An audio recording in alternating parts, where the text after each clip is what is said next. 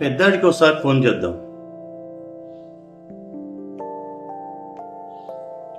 Hello పెద్దాడా. నానా, నేను ఆఫీస్లో అర్జెంట్ పని మీద ఉన్నాను నానా. 1 గంట తర్వాత మళ్ళీ నేనే చేస్తాను మీకు. అలాగే నాన్న. సరే సరే సరే నానా, ఎదురు చూస్తుంటాను. సరే సరే నానా, సరే సరే సరే చేస్తానని చెప్పాను కదా. ఓకే. చిన్నాడికి ఒకసారి ఫోన్ చేద్దాం.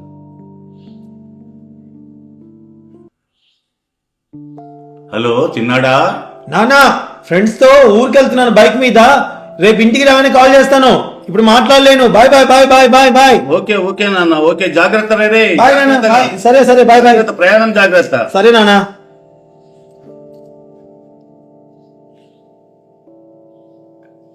పాపకు ఒకసారి ఫోన్ చేద్దాం. హలో నానా. అమ్మా, ఇప్పుడే అల్లుడు గారు ఆఫీస్ నుండి వచ్చారు నాన్న. రేపు చేసి మాట్లాడతా నాన్న. అలాగే అమ్మా, మంచిది. అల్లుడు గారిని అడిగానని చెప్పమ్మా. సరే నాన్న. అంతా బిజీ. పెద్దవాడు ఫోన్ చేస్తానన్నాడుగా.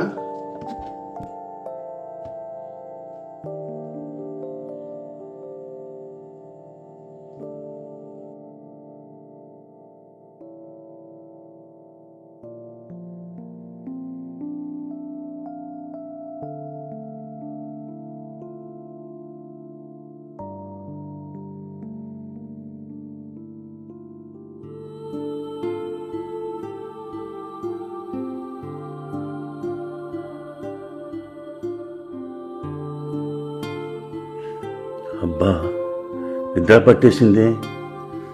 పెద్దాడు ఫోన్ చేసి ఉంటాడే. అయ్యో, ఫోన్ పని చేయకుండా అయిపోయిందిగా.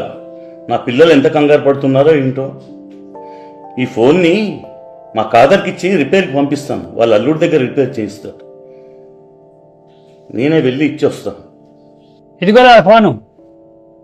ఏరా కాదర్, ఫోన్ రిపేర్ చేయడానికి 15 రోజులు పడుతుందట్రా. రోజు నా 3 పిల్లలతో మాట్లాడుకోవాల్సింది పోయి 15 రోజుల నుండి మాట్లాడుకోకుండా అలాగే ఆగిపోయాను. ఇది ఇప్పటి ఫోనా ఎప్పటి ఫోను?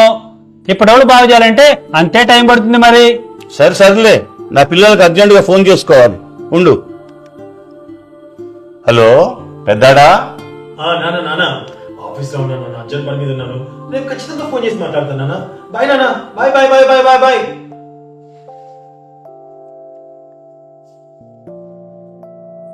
చిన్నాడా. నానా, హాయ్ నానా. 15 రోజుల క్రితం ఊరికి వెళ్ళానని చెప్పాను కదా. ఇప్పుడే వస్తున్నాను. 2 days తర్వాత కాల్ బ్యాక్ చేస్తాను. బాయ్ బాయ్ నానా. పాపా. హలో నాన్న, మా అత్తగారు వాళ్ళు వచ్చారు. రేపు ఫోన్ చేసి మాట్లాడతా నాన్న. ఇదే నిజం రా, అర్థం చేసుకో. పిల్లలు చాలా బిజీ. నా పిల్లలు ఫోన్ చేసి మాకు 2 నెలలైంది. నా ఫోన్ బాగానే ఉంది. పాపం వాళ్ళ ఫోనే పాడైనట్టుంది.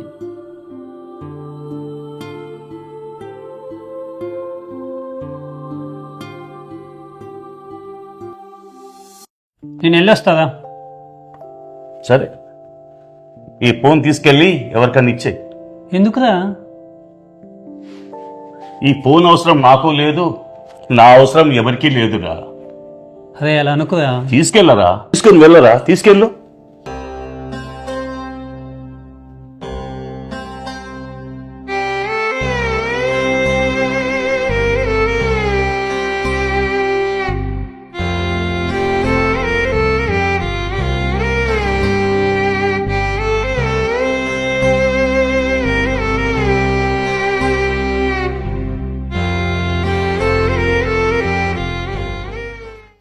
పాపం నాన్న, ఇది బిజీ ప్రపంచమని తెలుసుకోలేకపోతున్నారు.